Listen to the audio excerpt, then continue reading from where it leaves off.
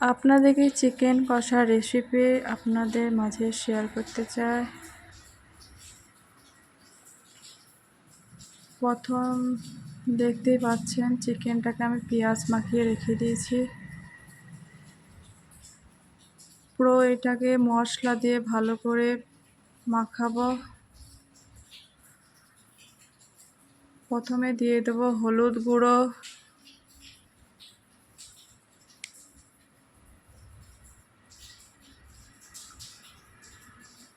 তারপরে লঙ্কা গুঁড়ো,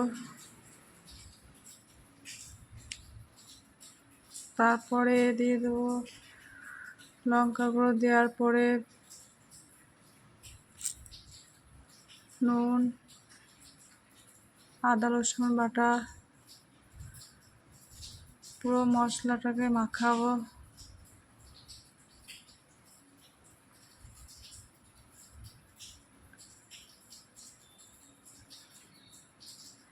মশলা মাখানোর পর দিয়ে দিয়েছি কড়াইতে তেল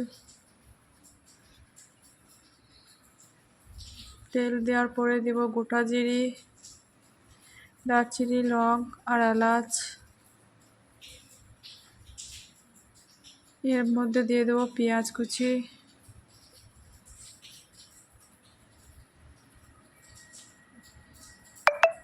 ভালো করে নেড়ে নিতে হবে।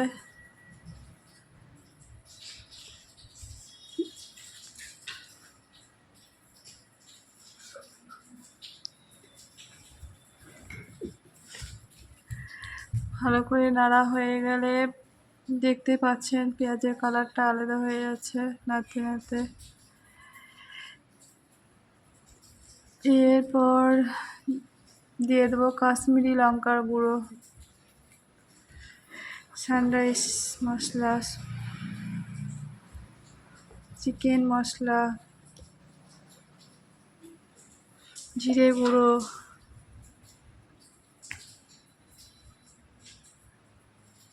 হলুদ গুঁড়ো,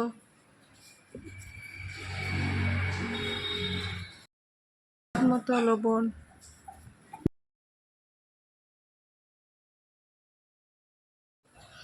পুরো মশলাটাকে কষাতে হবে অনেকক্ষণ ধরে। আদা রসুন বাটা দিয়ে দিলাম,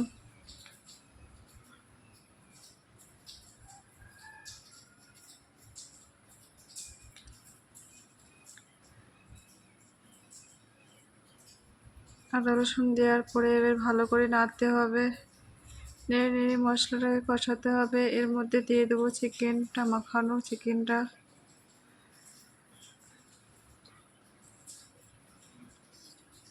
আপনারা বুঝতেই পারছেন যে আমি প্রথম ভিডিও করছি, তাই আমার খানি বলতে অসুবিধা হচ্ছে, কিন্তু আপনারা কিছু মনে করবেন না। যেহেতু আমি কোনোদিন ভিডিও বানাইনি, তাই আমাকে থতমতো লাগছে, আপনারা কিছু মনে করবেন না। ভিডিও বানাতে গেলে তো একটুকু সময়ের দরকার হয়।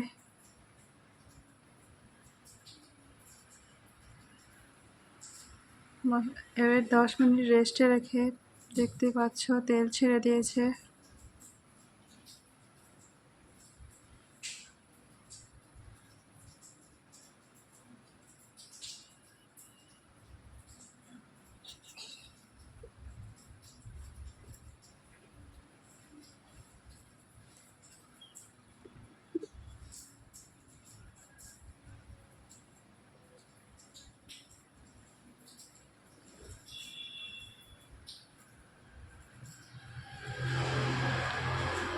ঢাকনাটা আবার ঢেকে দিলাম।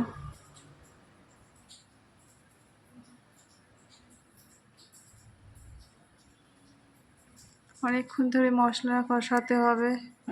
মাংসটা যতক্ষণ তেল ভালো হয়ে না ছাড়ছে ততক্ষণ নাড়তে হবে।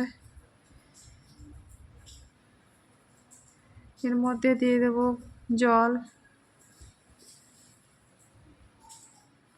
জলটা দেওয়ার পর ভালো করে নেড়ে নিতে হবে। ঢাকনাটা ঢেকে দিই। মাংসটা হয়ে গেছে, দেখতেই পাচ্ছেন আপনারা। আপনাদেরকে দেখাতেও দেখেন কত সুন্দর হয়েছে মাংসটা। ভালো লাগলে আপনারা